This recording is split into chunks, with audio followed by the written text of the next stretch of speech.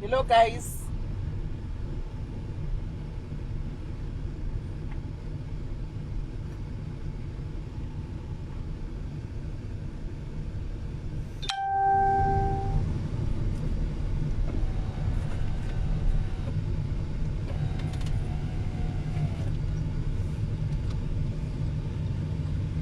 Hello guys. Hi guys. Mamuka say guys. Mamuka say guys. How are you this morning? Mamuka say. Ndamuka. Ndikumbe ndanobhadhira ticket rangu. Ndakapuwa ticket nemapurisa. Rekumhanya 120 panomhanyiwa 80 Ks. Ndikapiwa ticket. Say law abiding citizen. Kunobhadhara tiketi rangu randakapiwa nemapurisa etraffic kuti ndakanga ndichimhanya 120 pano mhanyiwa 80 kilometers. Hatina macriminal record, saka ndikuda kuti handitodi 1, so ndinozvibhadharira faindi yangu. Ndakanyarara. Ndinobhadhara faindi yangu ndisi handisimaona because I've never had a criminal record actually. Handidi kuzotanga yeticket renikikiri kuno kwariko aiswe pa criminal record yekuti wadrive wapo ticket netraffic aiswe zvayo pa criminal record kuno aiswe pa criminal record kuno lies handisimaona saka unobhadhara yangu ticket rangu iwe. Mamukaseko guys, masmukasei zviri kudiko kwamuri kokoko zviri sei guys, zviri sei muri seiko guys? How are you guys? 2021 asvika guys, asvika guys, asi ndinoda kukurangaridzai kwasara 2 days 1 day 2 days asichinga ndiko Wednesday. Ndinoda kukurangaridzai guys because I love you.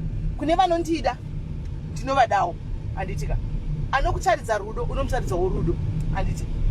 Toda kungorangaridzana 2021 atosvika 2 days dzasara, but pa 2 days dzasara idzi guys a lot of things can happen. Munoona ndiri nemhaka yendiri kutonyatsa nobhadhara tiketi rangu ndakafara zvisingaiti because ndakapiwa tiketi nemapurisa kunzi wamhanya pane 80 kilometers iwo wachimhanya 120 handimaona. Saka vaitochengetedza life yangu handimaona, vaichengetedza life akatochivimba. Ndakazama kutaura nemapurisa chitoti apati bosi zvikanzaiwa ini ndoda kuti ubhadhare kuti uzive next time because life yacho ndeyako haisi yangu. Ndikangokusiya unogona kunodona wofa pari kunzi 80 pane reason yapakaisirwa 80 ende unogona kutoraisa neumwe vanhu vasina mhosva. Saka ndinoda kuti unobhadhara tiketi rako iri wakafara hanzvadzi yangu because it's for your own good, it's a wake up call. Ndakabva ndaseka ndazobuda uri zina unoona, ndakabva ndangoseka ndikati aura itiri point pay hero. Ndakaripiwa iri tiketi iri 1000 rands iri ndakabva ndaripiwa tiketi. Yesikaniyo koma UC madzoka iri unoona, ndakabva ndaripiwa tiketi. Ndakatona tinokutaura chokwadi no tajeredu zvokudenda ive ndakapesiwa maybe ndatisipasana ndakatona ti wake up call ndatoudzwa zvinhu zvine musoro panapa because unogona kuti chimafia isina basa zvokupinza muna taisireva iwewe handimaona mangwana wafa handimaona. So guys, ndachidangoti pa 2 days dzasara idzi let's be very vigilant guys. Handitika ngativei careful even pakufamba apa handimaona nhasi kutozvifambira ndakarelaxa 60 kilometers chaidzo. Ngative vigilant pakufamba handitika mukusangana matoita mukunwa muguys, ngative vigilant stereki handitika. Kuna mumwe munhu akanifanira neza kuti budhu yake vaisirwa mushonga pabasa, hanzi vaisirwa mushonga mupai pabasa, hanzi nezuro zvozvokuti kubasa vanoitigwa end of year party ndobva vapiwa mapai, vapiwa mapai mudhiaries musikana wacho vapiwa mapai ndobva vangodya pai, vachipedza kudya pai iyoyo handimaona vakabva vadonha vobva vatakurirwa kuenda kuhospital. Vachisvika kuhospital kuya ndobva vasvikopiwa mapain killers nekuiswa drip nekudidi kwazvikanzi varaitinga vachidzokera kumba handimaona. Vanga vachingorwara nzi vaingosweta handimaona ndokuzongotongodonha just like that ndokutozongofirapo. Havana mbota kana 2 days vakaisirwa mushonga mupai basi handimaona. Saka please just be very careful guys. Handitika pamunenge muchifamba apa be careful, be very very careful. Havasi vese vanokusekerera vanokuda. Kuna vamwe vana zinoirema vekuti vakangomirira kungoda kungoona chete uchingochema, kuda kuona mhuri yekumba kwenyu uchingochema, kuda kuona mhuri yekumba kwenyu uchingoshungurudzika, kuda kukuona iwe uchingoshungurudzika. They will never want to see you smiling, uine smile pafesi pako. Ukatongosmaila chete vanotokurwadza handitika vanotorwadziwa kuti wasmaila handiti wakangokuona chita wazvipostira chinhu chako kana chinga vechisei kana chinga vanotorwadziwa. They don't want that. Handimaona vanoda kuti ugare uri miserable. Handimaona vanoda kuti ugare uchingori pasi. Kuna mwana asingagoni kuti vapedze zuva asina kutaura nezvezita rako. Handimaona for the why you don't know that person. You have maybe never met that person in life. Hamutozivani, hauna kana basa naye, hato mubhuku rako iyo hato exist. Because I say hama yako ane inewa hauna chekuita newe chero ndikanzi ndarwara nhasi kana kuti warwara nhasi hatombouyi kwauri. Handiona asi every day hagoni kupedza zuva asina kuti this ningi this variko vanhu vakadaro. Handiona vana downfall yako. Handiona so guys, what am I saying? I'm saying 2021 yatatopinda yatakutopinda mwari, and I believe kuti setizopinda muna 2021. All of us we are going there in 20 tikupinda nenyasha dzamwari.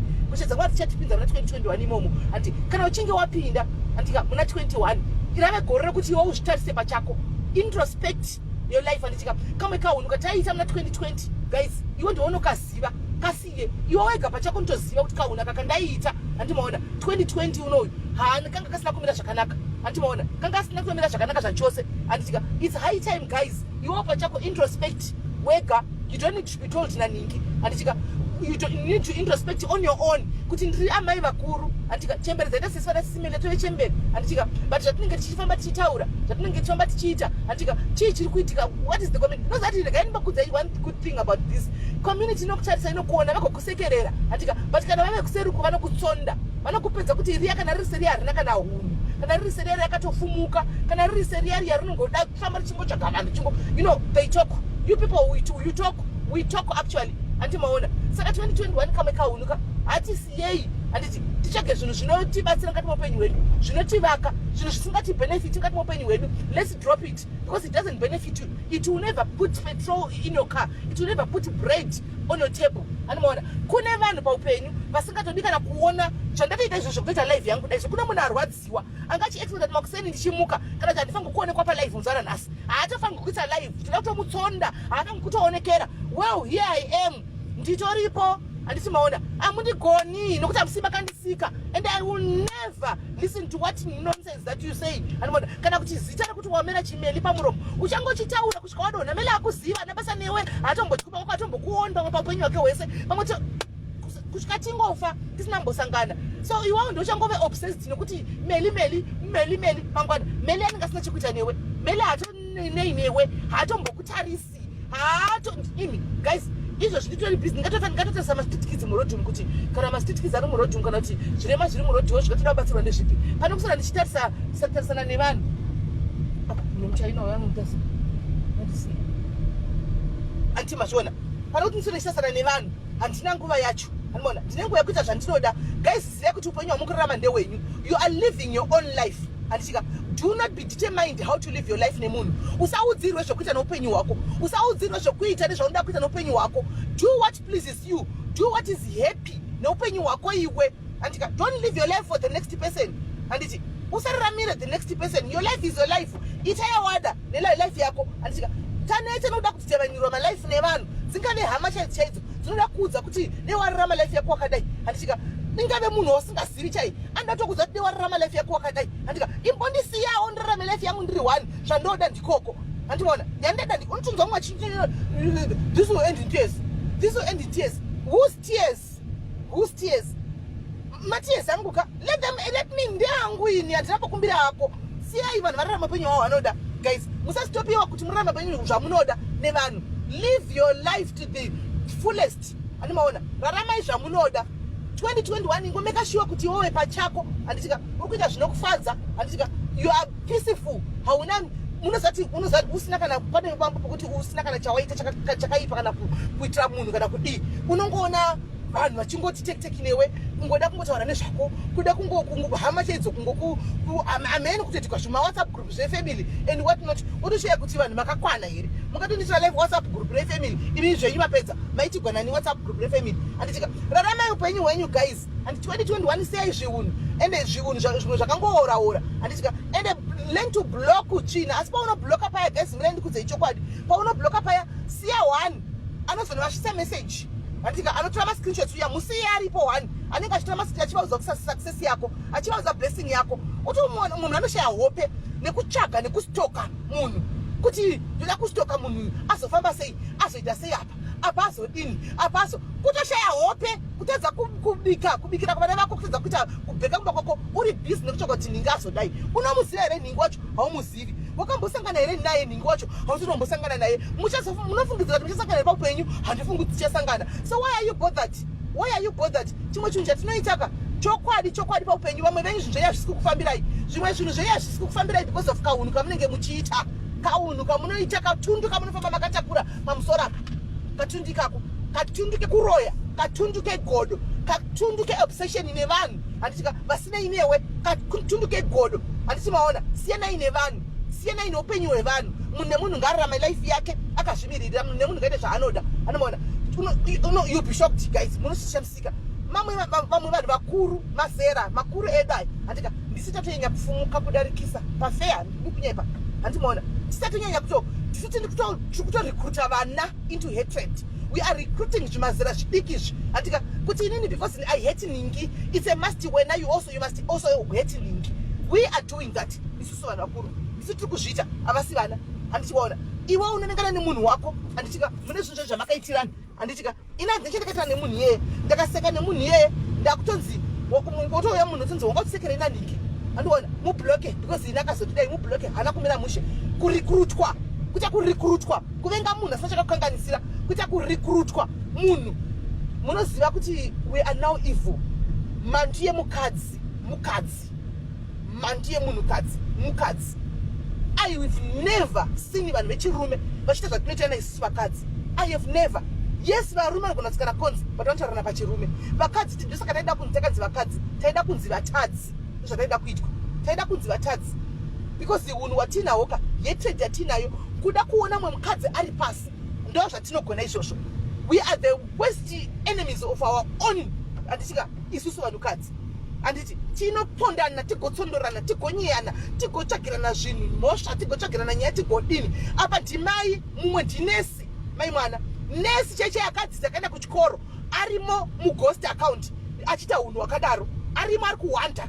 Handitika nesi vakuru mai vane 45 kana kuti 46 kana 47 varimo, munhu wakadzidza cheko munhu ane profession yake vari kuita zvinhu zvakadai. Unavo vana, unavo vako vana vasikana. What are you doing? Despite the fact that uri ghostika, one day hakuna singabudi pachena ka, one day zvinobuda pachena. Handika chemdai zvikasabuda pachena, iwe wacho uchimboita unhu wakadaro, uri mai vakuru, unonzwa sei? How do you feel inside of you?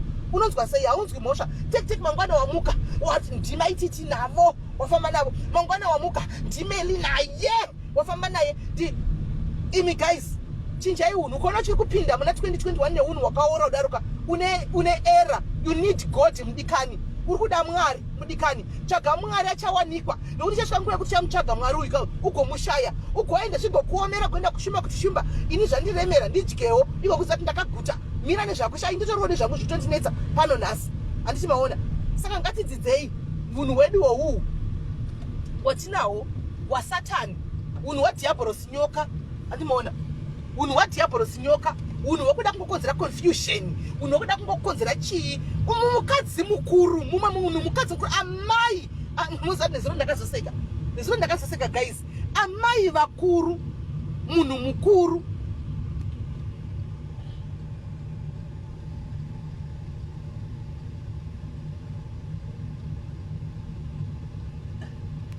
Munhu mukuru, handiti maona nezuro. Amai vakuruwo, vakuru, mai vakuru ataseni. Unotora screenshot yemwe mukadzi yabuda nemistake. It's not like ndakakura buruka zvemistake kuti vanhu honai. Handina kura buruka kuti naivede vanhu tionerewo magaro angu. Handina kura mukadzi womuspa made a mistake. Achiisa tauro. And then magaro akabudikira. Dai zvakaitwa naBeyonce. Zvinoita Beyonce anogara ari pastage asina kupfeka. You don't talk. Zvaitwa naMelly yatoshamisa. Mukadzi mukuru ndiye akanotora screenshot. Munoziva ndakaseka so. Ndakaseka. Mukadzi mukuru yakanda screenshot yaMelly. Mumafoni yedu atinofamba nawo right now. Panoona kuti vamwe vanhu there is definitely something wrong with us. Right now, ndikubvunza guys, ask yourself right now. Mufoni yako munei? Wakatakura imfoni yako izvozvi right now as I'm speaking to you. Munei imfoni mako? Munei? Uri kufamba nepenti yabhubhu, uri munhu wemukadzi, a married woman. Uri kufamba nepicture yepenti yabhubhu, unayo mufoni mako. What does that make you?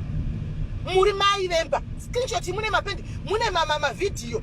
vana gogo vaiita vaiburisa vakashama vachiita zvinhu zvavaita handika mumwe munhu ari kufamba nayo foni yakaremekwa handika nezvinhu zvisina kana nebasa rese zvinyadzi zvemunhu usingazivi handimoona foni dzedu dzakaremerwa handika izvozvi kuna umwe mukadzi yakafanana neni ari kufamba nepicha yamagaro aSis Melly mufoni make unomadii magaro acho dhololo kufamba nezvinhu zvakaora mufoni kutakura kufamba nehonye mufoni kufamba nadhimoni mufoni munhu wemukadzi wakafanana neni uri kufamba nemwe magaro emwe mukadzi unomadii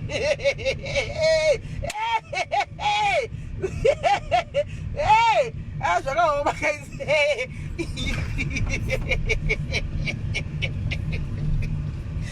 ndazvifunga so kuti izvozvi right now as I'm speaking kuna unodaona magaro angu mufoni make ari kufamba nawo magaro iwayo ari mumfoni unomadii magaro ayo napo magaro asi ako ndiamheli uri munhu wemukadzi thank you Reni uchiburuka mufoni yako une mfoni yanhingikiri yaSis Melly magaro aSis Melly unawo koni akotaura koni unofamba nawo wakatakura mufoni yako unomadii uri munhu wemukadzi haungandinyengi understand ka munhu wechirume akatofamba namagaro iwayo because nechiti varume mukadzi wakaita seni mai vane mba yavo vane penti yabhubhu right now vane penti yabhubhu Messi mucheki munhu nemunhu anda zvaanoda pafoni pake munhu nemunhu anda zvaanoda padhata rake handitika munhu izvo zvakafanana izvozvi I'm doing a live pano handi ndichita live pano handitika unogona kutora screenshot yangu papeji rangu iwewe handiti ndoya kupeji kwako iwewe ndozotora screenshot yako iwewe handiti it's not like ndakaenda kumambo papeji ndikanoti wenekanoti ndakashama no I was just doing in my life you know that very much I do my lives kwandainda ndine vanhu ndine mashamwari angu vaningira vangu vanotofamba neni hanzi foni yazuma ishuwa yazuma ndazvionawo kuti something is wrong handimaona vanotofamba neni kwese kwandatoira izvo zvandinoona ndiri palife ndiri pano ka no Linet unozati Linet ka andizivi kuti ndoda ndichesei andizivi I am not responding to anyone ndiri kungotaura generally inini ndinongotaura anditi ndinongotaura generally I just come here to motivate somebody anditi but iwewo pachako always ndogana ndichikuona unobva kuti mataura mazodipindura vanhu indirect mazodai no my sister it's not like that but zvinoitika sometimes mukutaura ka andika mukutaura zvimwe zvinhu zvinogona kunangana nezvinhu zvaunoziva zviri kuitika iwewe handiona and then ubva watofunga kuti vari kupindura vanhu vari kudai so andinoda inoti kana chida kutopindura munhu ndotomupindura sezvazviri handiona ndotomupindura sezvazviri handiona ndotomupindura sezvazviri aiwa inini asi yangu haina basa kaisi kwese munhu sanopfeka zvanoda ndiri palive izvozvi right now ndogona kuti ndichibuda pafoni apa kana kuti mukadzi ari kubuda akapfeka dress up obuda nemistake akadai so mumotikari anomuziya obuda nemistake akadai so makumbo ndototora screenshot andimona that's who you are ndo zvatiri isusu mazimbabwe ndo zvatiri andimona murume achiwait up ndototora screenshot mejura meno watinombogaya here handina kana basa nazvo ndiri kungotaura hangu nchingodza vanhu andika kuti munozati chi 2021 ngatisiyei kahunu my main inini address ndeyekuti 2021 andika ngatisiyei kahunu zvimwe zvihunu zvatinoita zvatinoziva isusu andimona zviriko zvimwe zvihunu zvatinoita izvo zvatinoziva isusu pachedu ndazongopa example zvakaitika nescreenshot yanezuro but that was not my nyaya was about kuti 2021 watakupinda anditika ngatiitei zvimwe zvinhu zvatinoita hunhu 2020 has taught us a lot guys takadzidza zvakawanda ma2020 kana usina kudzidza something na2020 une error kana usina kudzidza something muna 2020 andimona saka 2021 regai tisiye garo because haina kana nebasa rese ndachingopa as an example regai tinde kunyaya yangu chaichai yanhasi anditika 2021 takadzidza zvakawandisa anditika 2020 last year takadzidza zvinhu zvakawanda animaona zvakawandisa kana usina kudzidza ndionenge uchitori neerror saka do we continue to sin so that grace can fall upon us? Should we continue to do bad or evil to one another because that's my main message today. And kuti 2021 ngati say umuntu sina basa in the process ndazongoti nini izvozvi right now as human beings tikuda kusiyaka unhu ngatise foni yako chaiyo yangu ini maybe izvozvi ndinenge ndichitofamba ndakatakura handitika mapictures ababa wandisingasivi apa you are married ndifamba ndakatakura mapicture bubu andichakanga achibvisa akambobvisa bhurugwa rake mumwe musi palive so achiita zvaaita achiti ndakutsva kune vakadzi vavanhu vari kufamba nescreenshot yepenti yabubu hanimaona zvese zvakawanda zvinoposta kune munhu ari kufamba nemapicture emunhu ausingaziva unei nazvo ndo pane nyaya yangu ipapo so mavideo takers inini kwandiri feel free to take izvozvi iyoyi torai iyoyi muone kuti ndinosheka here andisheki I'll still be me and I won't change and ndiri kutodla and ndiri kutofara zvinonozvibhadharira tiketi rangu rakapiwa nemapurisa angu nezuro iyi ndabhadhara tiketi rangu sendakapiwa nemapurisa azvimbondichinji chinhu azvimbochinji vanhu chinhu tine godo maZimbabweans we are full of jealousy. I spoke about nyaya dzakawanda pano ndikataura ndikati exactly Linet 2020 yakatedza kuti nyika ino nekuzara kwayo kwese haisi yedu ine muridzi wayo. There is somebody who rules. Kune munhu anotonga asiri isusu handimoda kune munhu anotonga ine ngoti ndikudzei kuti musaningirira miromo yedu ishi ifuti ngadzei kuidzora kuda kunzi ishi yandakanyora yandakapfeka iyi muri kuona ishi kuda kunzi ishi hakushande time yacho yakapfuura vimbai love you mningina hatred yatinayo towards one another maZimbabwe it's kind of puzzling inotyisa animona it's frightening the hatred yatinayo towards one another kuna tori nemunhu izvo right now be it munhu usingazivi kana hama yako yaunoziva wamuka makuseni exactly my gift wamuka makuseni kune hama yako ingasingatarisiri kumuka makuseni ichida kukuona uchifara iwo uchisimaila kudai wakaisa lipstick haina kutofara kuti wamuka yanga chida kuti umuke wakafa hanimona yanga chida kuti umuke wakafa hanimona but manje mwari ndimwari mudhara godhe agari kumba kwemunhu ka agari muchirugu chekumba kwemunhu pasocial media tane system yekusekana kuseka vanhu vamwe vanhu mozati life haifanani guys. Life yedu will never be the same. Tinoseka umwe munhu kuti uyu anobuda muchimutangwena uyu anobuda muchitangwena uyu anovhaira achigara pakati mumukuku. Come on guys, come on. Who has a perfect life pano pasi ane perfect life asingaitiwo dambudziko ndiani asingaitiwo problem paupenyu ndiani ndo zvaanokwanisa. Let it be, let the person be. Kana achigara mumukuku andika achifara ari mukuku wake, what's your problem? What's your issue? Tevene unhu wekutsikirana pasi, unhu wekutarisirana pasi, unhu wekushorana, unhu wekugodokerana, uri kugodokera munhu wasingazivi, uri kushotiwa nemunhu wasingazivi. For the why guys, siyai vanhu upenyu hwedu haufanani. Siya munhu anogara paanogara adade nepaari anakirwe ari ipapo. Atimaona munhu ari mumukuku wake musiye ari mukuku wake, munhu anenge ari paanenge ari pai musiye ndo zvaanokwanisa. That's what he or she can afford. Andimoda yes nyasha nesta andimoda ndo zvaanokwanisa. Tawe tiri kutosarana pasi guys. Azvirevi kuti kana guys ndakumbotaura hangu kana wakaenda kuFirst World kandiska iwe wakufunga kutosira vanhu vari kuAfrica pasi kuti uyu because wakambomutumira 10 rand yechingwa ati handina mari yechingwa wakumutarisira pasi kuti ava havana. No, life haidaro guys. Upenyu zvazvinoita manje ivhiri rinodai rinotenderera upenyu ndo zvaunoita. Godo redu ngatitei shoma madzimai, godo redu ngatitei shoma vanhukadzi zvikuru asi pavanhukadzi apa ndoda kungoita big up kune one mutupo vanhu vanoera dhuve mana dhuve vese vana madhuve apa ndinoda kukutendai. I want to say big up to you guys because that ndino observe ndotaza ndonyarara vana madhuve ka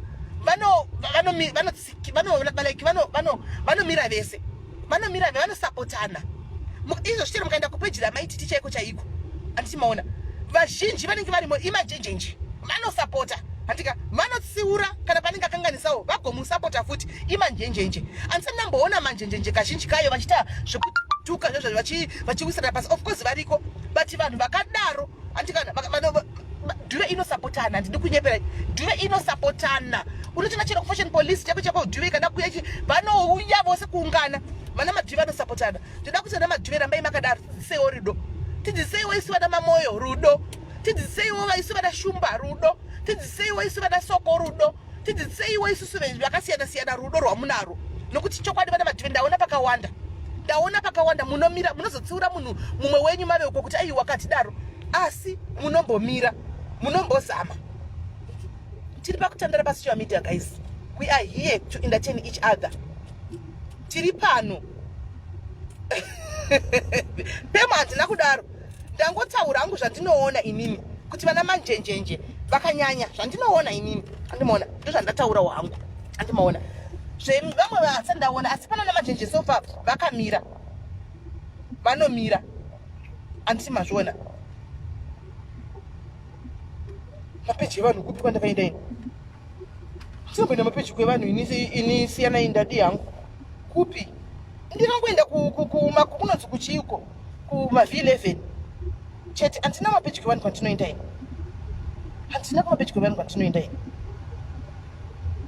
handiendi kumapeji kwevanhu kuma-V11 chete ndiko kwandinenge ndichingona kuma-V11 chete because magroups nana confession iwo manana secret confession magroups ekuti tichinongonakirwawo tiriko tichiseka tichidini, they are not magroups akadaro nongove ngonyaya dzirikowo darika anomaona handiende kumapeji handiende ph takaijoina kudhara ph takaijoina kudhara ph takazozobuda taona kuti aiwa kunga kwakuitikawo zvimwe zvinhu zvisingasaiti tikabuda kudhara tikatomboita zvimavhidhio zvedu tichinakirwa tichidini kuchiri kunakidza tikatozobuda handina mapeji handinoenda ndakatobuda handitori kweni handiti maona handitoriko handina peji handinoenda handina. So guys ndakoti muzive izvozvo handiti maona muzive izvozvo kuti 2021 ukaona uchiri kupinda muna 2021 neunhu hwako ihwohwo handitika une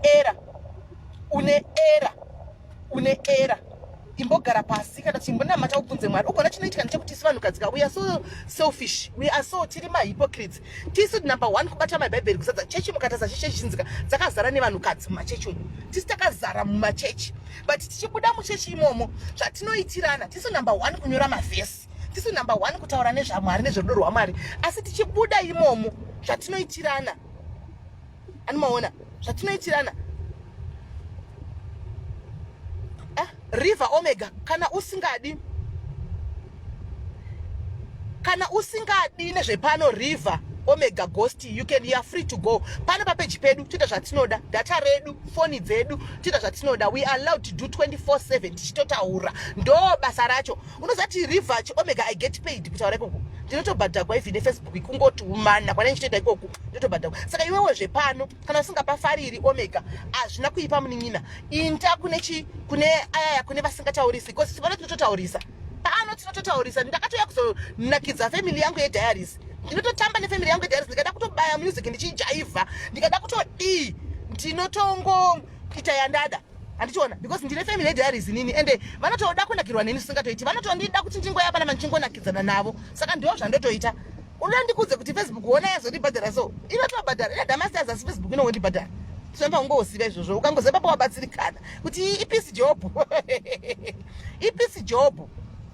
job River rikatitowawata rikati tikuitire favor iwewe nokuti uinde kune vanenge vane vakanyarara hatitodi vana negative energies yako tiri pana River positive and hatina kwatiri kuenda saka guys kune vasingade kudzwa chokwadi sana River Omega Ghost iro tatovaudza chokwadi iwo maghost aya irori ghost maghost aya amajagonde guno katichatokwati makatita strong toda kukutendai makatita strong atichakukwati akukwata maya atikwati I've never used the ghost account in my life but akuvakwata ndichatokwati ndotokonzesa controversy kuti zvinyatsofaya handi ndizvo zvavanenge vachida vanoda controversy ndokuti upenyu hwavo hufai kana pasina nyaya dzedu upenyu hwavo hufai right guys kumachuwa topinda put on your mask where is mine now right handishimaona saka guys handichimbotamba pandiri British apaiti nditambe asi kungoti zvinoitika ndezvekudai so ndakatopfeka zvinokonzeresa so zvandakakupromisai nezuro zvazvia ndoitoitira kavava team screenshot iyo bokoyo team screenshot amusati matanga learn to mind your own business learn to mind your koso hatichakukwati the more you post me the more traffic I'm having on my page. The more you talk about me, the more people come and, you know, rambai makajanya, rambai makatsika, tiripo, and that is spend. iniseni nditoripo ende ndakatotsika ende msati mirai ndiite kubuda guys ndoda kuda kupinda munhingirikiri ndoda kupinda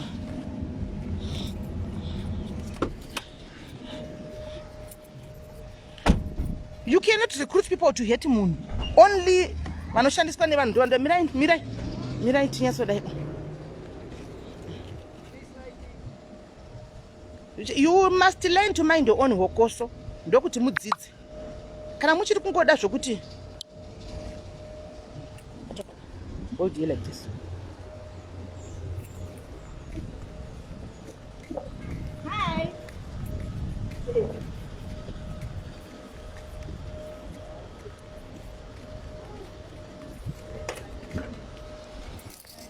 You must learn to mind your own hokoso. Handi maona. Learn to mind your own hokoso. Ndo zvandotoita. Anditika ndo zvandotoita kuitira kuti wewe mascreenshot mubva munyatsotora munyatsokanda muona kuti hatisi kukwata ende titoripo ende tiri kutongofaigwa ende handisi kumira handisi kutomira anditika newo magarango atoripo saka guys muswere ball siyanai nezvenegativity 2021 pinza pinda muna 2021 uri a new person handimaona tinyatsotadza kuti hatisi kukwata ende tinenge titoripo ende musavengere munhu kugeza kune vamwe vanovengera vamwe vanhu kugeza please mvura mahara tinongobhadhara kupera kwemwedzi tambawo nemvura chero uri chembereseni kudai dzidza kutamba nemvura dzidza kungoita yaunoda mumvura mako dzidza kupfeka yaunoda as long as mumwe wako spouse yako ichingofarira pinda yawada tamba yawada pfeka yawada handitika all is well uchingoenda wakadaro handitika mvura ndo chikuru usati kana waona munhu iwe usiri kunyatsogeza waona munhu anozvigezera woti hanzi munhu anobleacha iye munhu anozodai chiro akableacha skin yake mari yake bleacha inongwe inotengwa mari yake ndezvake handitika learn to mind your own hokoso and stop being obsessed with other people guys I love you too mosquera ball sharp